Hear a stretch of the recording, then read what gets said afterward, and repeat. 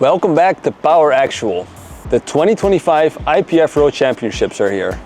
And I'll be giving you a full preview along with my predictions for each of the weight classes. This year's Worlds is in Chemnitz, Germany. And there will be 400 lifters from over 50 nations, all on one platform. We're going to start with the classes you just can't miss. The most hyped classes for the men are the 83s, the 93s, and the 120s. And over on the women's side, we have the 57 and the 63. Let's start with the -83 class. And this class will go down to the wire. This is one of the most anticipated classes of the whole championships. And Joe is the obvious favorite to win. And we're also expecting him to win, but it won't be easy. I'm putting Jurin second and Ade third. Not because Ade isn't strong enough to outlift Jurin's, but because he'll probably try to pull himself into first. And I'm expecting that to be just out of reach because of the total that Joe will put up. Joe is already hitting 862.5 kilos in training and has already done 900 at his last competition. So the only question really is how will travel and time zones affect his performance. I'm expecting him to do just fine and still be able to get 900 or maybe even more. Ade also has a lot of momentum. He just barely missed 380.5 at Sheffield, which would have given him a nomination of 878.5. And in training, he did an 852.5 with a double on squat and triple on deadlift. So definitely also up there, but I'm thinking he'll be pushed too hard and miss his last deadlift, putting Jurin's in second. Then we have Jurin's, who is the reigning world champion.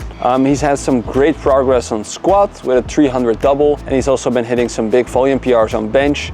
He's hiding his deadlift, so he might have made some crazy progress on his deadlift. We don't know, but I still think it won't be enough for him to beat Joe, because that would mean hitting 900 or over. We also have Monigadi and Enahoro, who are also incredibly strong, but I think they'll fall just outside of the boat. But I'm looking forward to Enahoro loading 420. Let's move to the -57 women's division. Here we have 6 potential podium threats, and they all don't share a lot about their training, so it's gonna be hard to predict what exactly the top 3 is gonna be. But how I'm expecting it to go down is Sara to finish first, Jade to come in second, and Joy to get third. Sara Naldi has made some crazy progress on her squat. She's nominated on 190, but in training she's done 195 for 3. Jade used to be the favorite, but she's had some injuries that she's dealt with. So we're putting her on second.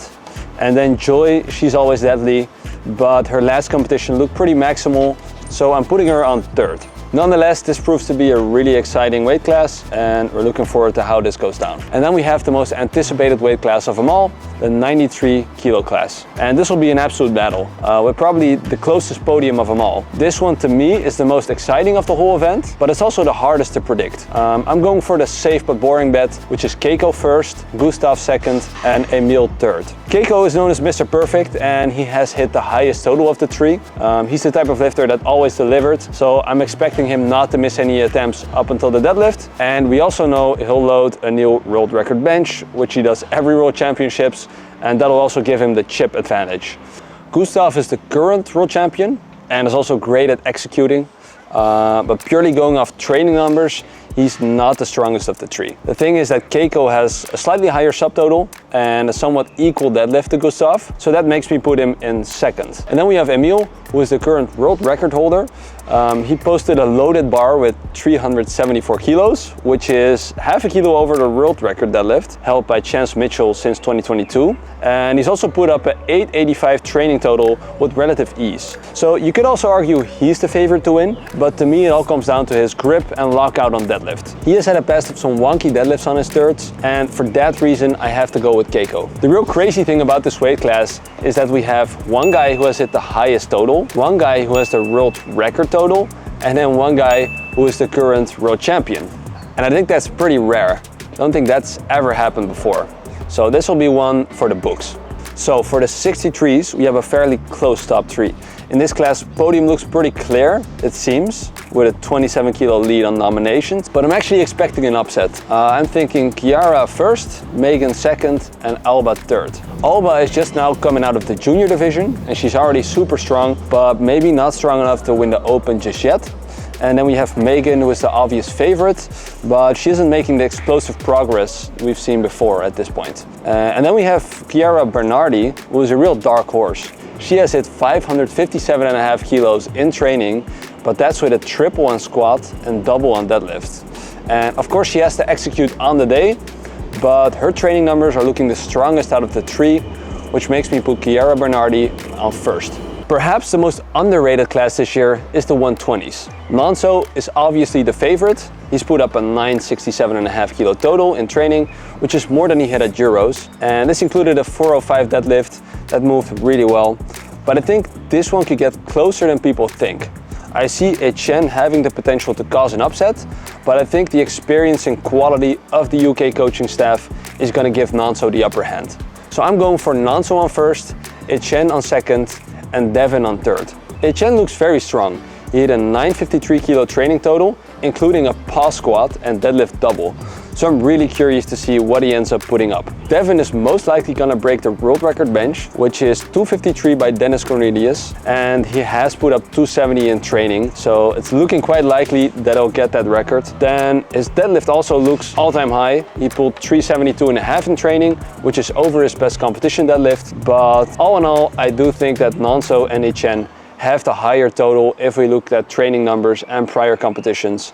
So that's why I'm putting Devin on third. Then there's also another dark horse. Joseph McDonald shouldn't be slept on. He has done only 2 meets, one in 2023 and one in 2024. But the interesting thing here is he improved his total by 125.5 kilo in a single year. So now with him again having had a year, I'm super curious what he can total. Definitely want to watch. The minus 47 class, Tiffany Chapon will win again, and she'll win her 5th world title in this weight class.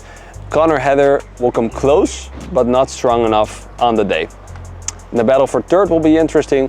Both ladies there are looking really strong. I'm giving it to Vicky for third. The nominations for the minus 59 class are a bit deceiving. We have Garcia on first, but that doesn't account for Kassem Sand, who is nominated with 75 kilos. Kassem Sand is dropping down from the 66 kilo class, and if he makes weight, he's definitely the favorite to win. And he's also probably gonna break the world record, which has been held since 2016. So I'm putting Kassem Sand first, Campano second, and then Antoine third. 52, kind of straightforward. I think Evie will win this class again.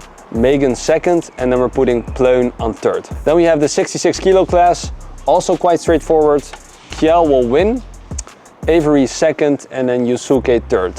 Last year's 66s were super spectacular, but with Kiel dropping down to the 66 class, it's unfortunately a bit less exciting, but still it's going to be interesting to see what numbers are put up here. The 69 class is unfortunately also quite predictable. Agata will win, obviously. Carola will get second, who is also a superb lifter, but unfortunately she gets outshined by Agata, who is just that much above the rest. And then we have Celine Crum on third. The 74 class, Burke will win, Van in second, and then Joshua third. Clinton Lee and Joshua Wright, both guys that have been in the game for really long. I'm putting Joshua in third because Clinton Lee's last competition didn't go too well, so we're going with Joshua. For the 76s, I've heard that some people are putting Crane on first and Carlina second. I disagree. I think that based on Carlina's training numbers, she will be world champion again this year. So Carlina first, Crane in second, and Laura third. Then we have the 105 class, and that looks to be pretty straightforward as well. McNaughton is going to smash the current world record of 940.5. His last competition he did 979, which is almost 40 kilos higher than the current world record.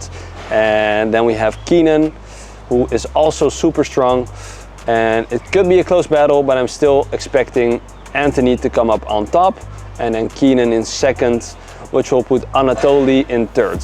Which is crazy because Anatoly is a legend and he's super strong. He's probably gonna break the world record squat, but due to his deadlift being not on par with the other American lifters, we're putting him in third. Then the 84 kilo class, Amanda will win her 6th world title, Ziana second, and then Jess third. For the super heavyweights, I have Jesus Olivares first, obviously, and then AJ second, Tamer third. Why AJ ahead of Tamer? Tamer has gone through a massive cut and is no longer putting up the same numbers as before. And I do like his plan of cutting down to 120. I'll probably be a force to be reckoned with in that weight class. But I think in this competition, we'll see AJ pulling ahead of him. Then we have the 84 plus kilo class. Sonita will win her 2nd world title, Brittany second, and then Raphael third. So that was our 2025 IPF Worlds preview. Thank you guys for watching. Make sure to like and subscribe. And we're also going to be making a recap video to see how close our predictions ended up to being true. So stay tuned for that one. Peace.